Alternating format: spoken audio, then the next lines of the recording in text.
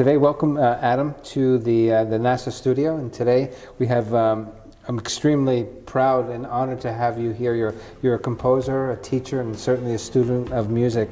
Adam Clay is with us today at the NASA studio, and Adam, our project, I don't know if you've read anything about what we do, is we call it Applause to the Musicians. And what it is, it's a grassroots project, it's a community project where we invite musicians to come in and tell their story.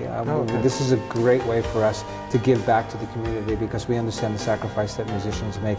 So with that, I'd like to start and just you tell us your story and your journey. I generally don't keep paper with me, but you've got so many wonderful things about your bio that I couldn't keep it all on my iPad, so I just said, if you can please just kind of bring us in a little bit. I'll save you some reading. Yeah, good. Let's go. Let's start from the beginning. Yeah. I guess, I started playing piano when I was 7 years old, around 7. And I grew up in a family that was musical. Both my parents played guitar. My dad was a songwriter, singer-songwriter. And so I would always hear him, singing his contemporary Christian songs growing up. And so that was like, and we would go on to tours with him. He would schedule miniature tours. And so, music was... Was that here in Houston? Yeah, mostly he he played at Astroworld, I remember one time as a child. And so back when Astroworld was around, And so I was there with him. I saw him perform there. When I was little, he gave me a guitar, and so I had an acoustic guitar. And on, vacations and stuff, I would bring that with me, and I would just, pick around on the guitar. And then self-taught. Just kind of self-taught. I'm by no means a guitarist, but I can finger pick a few things. And actually, just recently, I'm teaching someone some basic guitar, so I know enough to teach a little bit of basics and then pass them on. Dad would be proud.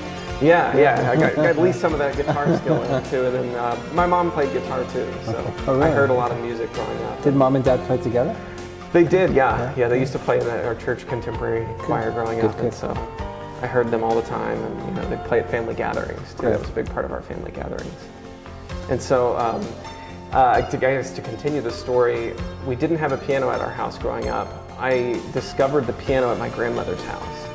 And she lived in Pasadena, so we would always, every Sunday we would drive out there for a pasta dinner because we were Italian, and that's what you do. Yes. Is Italian grandmas. Yes. You have, pasta dinner. Sundays, we understand that. Right, so there's bread and there's sauce and there's visiting and such, but there's a piano. And when I was little,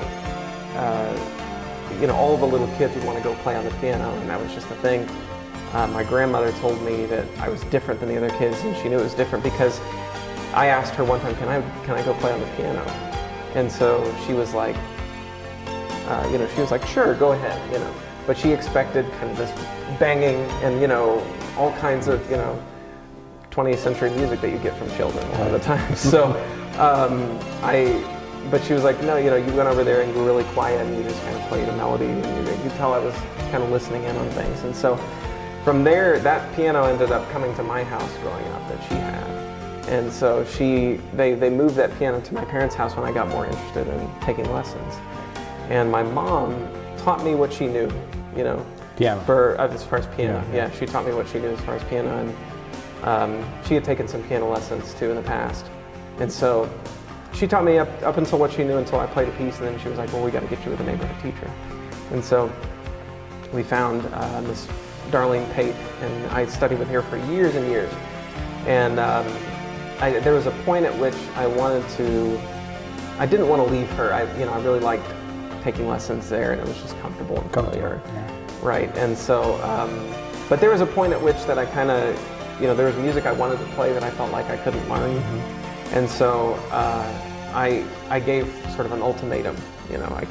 I had this Schubert piece I wanted to learn. It was impromptu. And I took it to her and I said, this is, I really want to learn this, and, if I don't, I'm finding someone who will, teach it to me. So I brought that in and we worked on it and I played it, and that was kind of my first piece that I fell in love with, was a Schubert. Classical piece. Yeah, classical music. Okay. And I discovered that, I'm kind of skipping around, but I really discovered classical music from the public library system, because we used to go there and we had library cards. Yeah. There's wonderful things to be found in the Houston Public Library. Absolutely. So I discovered it was a book of all these piano composers, and up until that point I hadn't heard classical music on the piano, just solo classical music. And so there was Chopin and there was Liszt. So did you start, it was almost you were self-taught, then you started just exploring? Yeah, that, I explored that. Yeah. I found the music that I could listen to. I used to also download MIDI files. Okay. Back when, that was the thing. And so you're dating yourself. Yeah, I am. You download the MIDI files and you play them. Right. Back on Cakewalk Pro Audio back in the day. So. How things have changed. Huh? Right. Yeah. That's how I discovered Chopin. I fell in love with Chopin's music, and I just thought that was some of the most beautiful music I'd ever heard. Yeah. Sure. And then from there, you just what's the next part of the journey? You just kind of from there I learned the Schubert piece, and then about a year before I went to college, I kept taking with Darling Pate. About a year before I went to college, I applied for this Rice summer piano program. I saw that. And I hadn't discovered that world at all. It was just something totally new to me. And so I applied, I got in, I played the Schubert Impromptu on my audition. And I got into that, and you went on a scholarship, didn't you? Yes, yeah. There was a scholarship to be able to go to that program. Excellent. And so congratulations. Thank you. Yeah, and that was, and then from there, one of the professors at Rice, Dr. Dean Schenk, took me into his studio.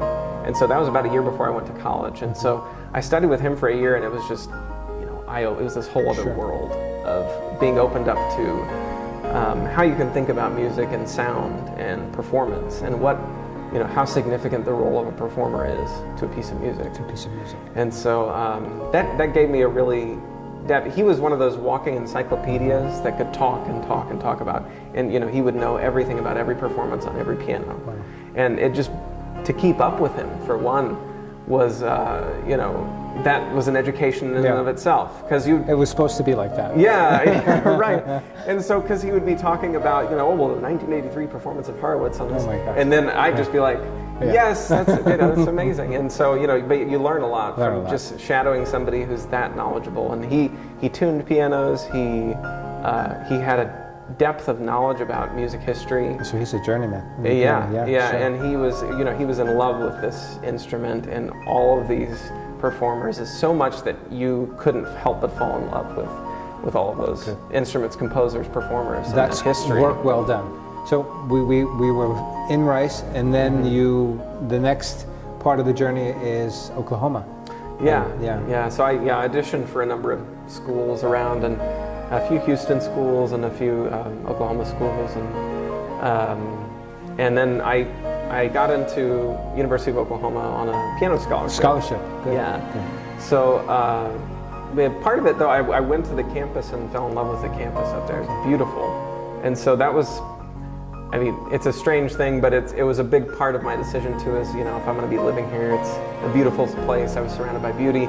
There was an art museum right next to the practice rooms, and so that's a big influence for you. Big influence for me. Yeah. Tell me, what is the School of Music? The Gail Boyd Deloninsky. What is the Deloninsky? Yeah. I was looking at that, and it somehow was tied into the music school at the University of Oklahoma.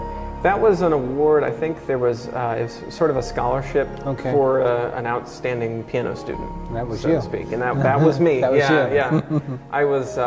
I took my first 2 years with Dr. Hong, and she's a Korean piano teacher, and I used to perform with her and grad students. I was the only undergrad who used to play with them, and so we would do these concerts, in the area in Oklahoma. So it was her and her students, and enjoyed that a lot, and it was getting kind of to perform for people more than just a jury, and what you do in college. Right.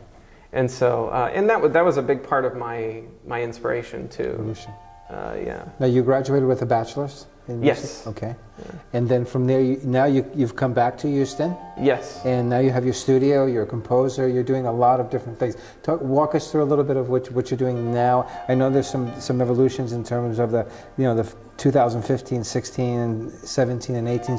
It seems like you're always doing, you're doing something very different in each season. So walk us through a little bit of that as well. And that's, so I guess it started when I was in college, because I I discovered a book about Russian composers. Okay. And it was, you know, sort of a detective type thing. You know, I discovered all these composers that were, all their music had been censored when Stalin was in power. Yeah. And so it was just, you know, to me the music was fascinating. I couldn't find scores for it in my library because all of it was, you know, rare music. And so I would do interlibrary loans in college to get copies of the score. They taught us how to do that, and so I started doing that all the time. And I would start, you know, just collecting this music, and it was about my sophomore year that I discovered that book and you know, all that music. And so at that time I already was feeling sort of, you know, trapped in the sense of I couldn't collaborate with other musicians. I was in a practice room for 5 to 6 hours a day, you know, with padded walls. And so I wanted to collaborate with other musicians. I wanted to do something that was more communal. And so I had this idea, also all this music that I discovered. So when I came home from college, I graduated, I wanted to do this concert called Lost Voices, and it was all about that, you know, that music and that culture. And it was just a fascinating story to me to tell with music, to have, you know, what happened in Russia at the time period, and you know, the tragedy of that. Yet in the face of that, all of this incredibly creative and unique music that was being written at the time that was like no other music. And so, you know, this was certainly not widely available as well, right? Right. You couldn't find scores for most of it. I had to do a lot of research to find the scores and to bring them to light. And so, any parallels with those composers versus some of the other Russian well-known composers? Yeah, well, somewhat with other cultures, because a lot of what happened at the time period was Stalin was censoring things that were not Russian enough. And so if you had these outside influences, if you were doing something really sort of cross-cultural, it was a no-go, you know. And so, so you had these. To me, that music that I was discovering had a lot of influences. One of them was a French-Russian, Arthur Lourier, and his music, you could hear influences of Bach and Debussy, and sort of these colorful flourishes, you know, that you hear in Debussy's music, and then this dry kind of contrapuntal kind of sound of Bach. And so, and then along with these passionate outbursts of Russian flair, you know, that you get in Russian music, these dark, brooding sections. And so, it was just totally unique. There was no other music that I had heard that was like this. And at the time, I could only find a few recordings of some of them. Another piece that was in that book was by Nikolai Oblakov, and his music was sort of Russian as well. Russian, yeah. He was living in Russia, and he took what Scriabin was doing with harmony, and you know, sort of these really colorful harmonies that were pushing, you know, the tonal boundaries at the time with Scriabin, you know. Sure. But these colorful, expressive harmonies, and just taking them way beyond what anybody else that we know of at the time was doing. And so, but it was all sort of locked down, you know. It was not being influenced. It was suppressed, right. Things kind of came in occasionally. They would leak in, but they wouldn't come out. So, how did they get the music out of Russia? How were you able to get scores? Yeah, how did you get the scores? I had contacted a few. How did I get scores for that? I did some interlibrary loans. I looked at a few colleges, and I was able to acquire a few through there. Okay. Also, I was able to contact a few people who had posted lists of scores online in Russian websites. Oh wow! Okay. And so I did some translation of Russian websites, and I was able to to discover this music that way. Fantastic.